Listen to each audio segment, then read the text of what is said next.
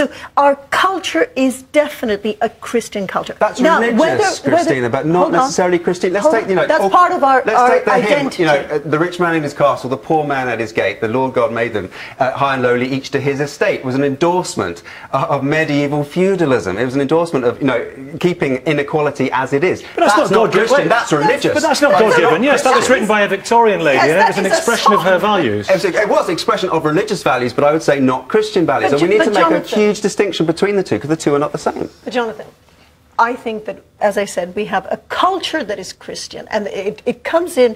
What completely confounded Richard Dawkins was that he thought we were textbook Christians, that we knew which was the first book in the Bible. We knew what the first 5 books of the Old Testament were called.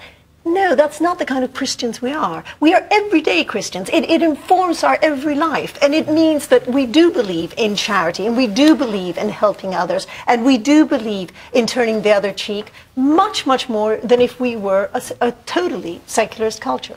Richard? I didn't think anything. I asked Ipsos Mori to find out. Research is not preconception. Yeah, Andrew. I mean, actually, actually, that's not what the research shows at all. It doesn't show that people live their lives as if Christianity is the cultural wallpaper. It shows quite the opposite. It shows that although they tick Christian as a sort of cultural box, and the most commonly given reason in the survey was because their parents were religious or because they were Christians, so it's a sort of heritage attachment. Actually, Christianity forms very little of the common sense of their lives. Well, can I put it to David? Hold on a second. Most people, for example, can I put the David Cameron quote to you, because then you can run with this, if I may. The Prime Minister, he said recently, he described Britain just as that, a Christian country, and he said the Bible has helped give Britain a sense of values that has made Britain what it is today. What do you think of that statement? Well, I think that Christianity has contributed to the formation of culture in this country, but it's not the only fact that has contributed.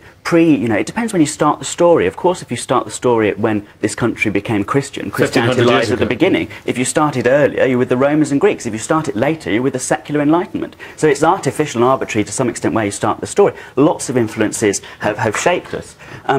But I think the more interesting question is actually why politicians are suddenly seeming to be breaking out all over saying that we're a Christian country. And I think that's the real question, when it's so self-evidently not the case. And unfortunately... Self-evidently not the case? Self-evidently is the case. Is it self-evidently? Yes, it is. I think that, let's bring the historical perspective in. We are at the end of a period of something like 500 years in which a kind of Christianity, a kind of British state Christianity, has informed who we are. Our laws, our language, our literature, our habits, our customs, our superstitions.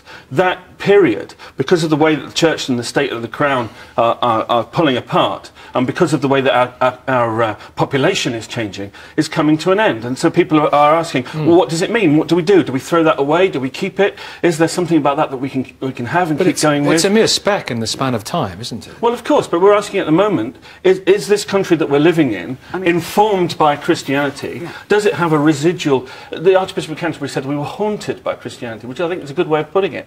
The question is where we go from here. But once it's lost its sort of grip on the minds and hearts of people in the country generally, I don't think that we should be resorting... It's lost its institutional grip, but it hasn't lost its grip on the hearts of minds of people. It's totally lost its grip. Most people, not according to Richard's own survey. According specifically, yes, no, not according to your survey, Richard. 54% of the country still care enough to say I'm a Christian. But when you ask them what they believe, it turns out that it hasn't got a grip on them. It's neither my place nor yours to confront what they believe. 54% of the people, by your 1,000-person poll, which set out to prove that there were fewer Christians in the country than you thought there were. It did not set out to do that. Yeah, of course you did. 54% of the country still cares enough to put down Christian. They care enough to put down Christian, but when you ask them what they actually believe, it turns out that it does not have a very large part, or hardly any part at all in many cases, in their Good, and I'm happy to live in a country where the Christianity is ambiguous and generous and allows for other faiths, and where God is worshipped and respected. So is he. Oh my goodness me, I'm panicking. We've had an outbreak of consensus. We can't be having any of that. Cole makes a really important point, and that's that we've got to move beyond this polarisation and actually say what do we want to hang on to, and what do we want to make new. Okay, I think that's the important question. Sorry, Jonathan, lady back there, let's hear from you. Is this a Christian country? Well, my personal belief is that this country is built on Christian values, and I think it's a very, very beautiful aspect of this country. I am a Muslim myself, and there's something I value about this country. But I don't think that people are necessarily Christian in terms of the technical details of that faith. I think they have a general awareness or a belief in God. And over here, was there anyone? Yeah. Yes, what would you like to say? Good morning to you. Good morning.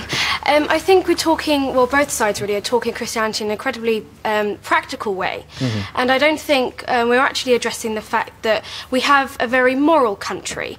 And I think, especially the politicians at the minute, the Tories are using this as a, in light of the riots and things like that, as a sort of moral guidance that they want us to follow.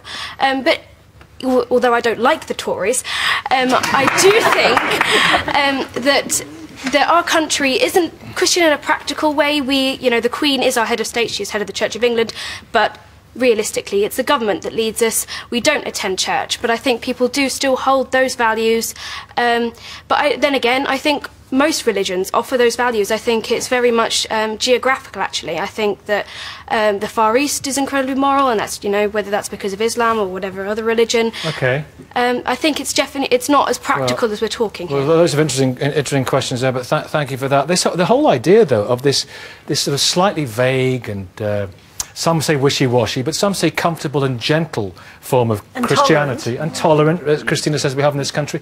If you look, I mean, Richard or Andrew, to address this, if you look to France, which is Richard's passed you the baton, which is, avowedly secular, and arguably, as a result, perhaps, of that even, has some pretty illiberal laws, banning of the burqa, religious symbols, and so forth. Secularism. Those are very illiberal. Would that not be a danger? Well, I think that you can over-egg the extent to which Anglicanism really has led to tolerance, and it was a very hard, ride, and it burnt itself out with literally burnt other people, but it sort of burnt itself out with persecution over the centuries, and then eventually arrived at a sort of tolerant settlement. But I think that there are many other factors in this country that have led to that tolerant feeling. A sort of a long centuries without any particular civil war or internal conflict, relative prosperity, there are economic factors. Well, we've had civil war in these islands in the last 30 years. Oh, well, OK, that's true. OK, so let's say England and Wales, and Britain, partly inspired by religion. Well, no, because your question was about the Anglican Church,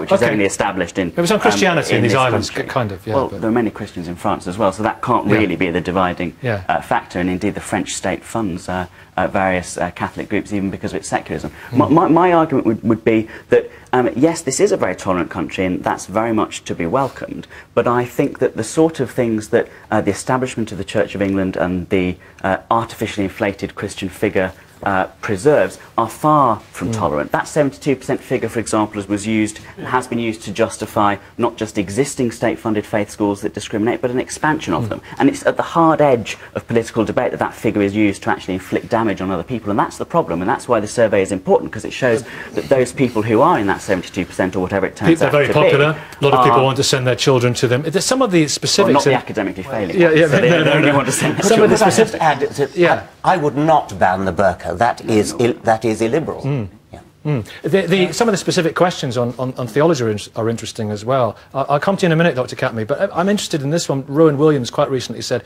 you don't have to believe in the virgin birth to be a Christian. No. Do you believe in it? Do I believe in it? Yeah. Well, literally, not necessarily. Well, what does that mean, literally, not necessarily? Well, you're identifying me as a Christian, which is interesting. Did a virgin give birth 2,000 years ago to Jesus Christ? Was she a virgin?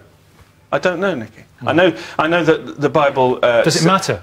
Does it matter to me personally in terms of the faith that I might have? No, it doesn't. No, it doesn't. I think we are making an interesting move on the basis of what Andrew and Richard were just saying. This week we've had a comment from the Queen, who's made a shift and has started to talk about the Church of England acting as a kind of broker, using its influence on the state, those things that are left of its influence in official circles, to become a kind of broker for people of all faiths. Now, actually, I think that's a valuable and a positive way forward, possibly. It may be the only way forward the Church of England's got left. Do you believe in the virgin birth, Cristina? I do. I believe in miracles, too. And do you have to believe in the virgin birth and the resurrection of Christ to be a Christian? And the whole thing is that, you see, what is so interesting is that what Richard and his fellow secularists want is for science to be the only guiding force. Well, a lot of religious people are secularists. Well, you know. and for rationality and reason to be our God. But actually, what spirituality is a whole other dimension that we enter into, and that you don't. I don't care what you believe and what you say. You care a great deal because you keep polling us. You keep polling us, and you keep trying to play a numbers game. And if we're going to play a numbers game, 7,000 members of the National Secular Society is just about as much as Christina, the 7,000 members of the National British Sausage Appreciation Society. We all know that this is political. Let's not let okay, wait. drive. Jonathan, Richard, remind Richard what he was going to say. I was just interrupted. I can't remember. Yeah, it was the point. What was the point you were making? It was the point before that about. I'm saying that it's not appreciating. Oh, yeah, I don't care what you believe, so long as what you believe is not used to legislate in this country and affect what the rest of us believe. What about? Why do we have 26 places in Parliament reserved for bishops of the Church of England? Why not? Wait, let him finish. Could I finish? Let him finish. Why not have 26 places reserved for white men? This is an answer. If you did that, there would be outrage, and quite rightly. Why do we have 26 places reserved for bishops of the Church of England? What do you think about this? Well, I don't know about the virgin birth or not. Do you think that's key to being a Christian? Do you think all those sort of fundamental key... It's up to them. If they want to believe supernatural nonsense, that is up to them, but don't force it on the rest of us. Okay, what about you, Dr. Katme? Dr. Katme, do you think this is a Christian country? Now, let me give you a Muslim perspective on what you ask. Right. I have been working for the last 30 years with hundreds of Christian organizations, pro-life, family, morality, chastity, marriage, heterosexuality.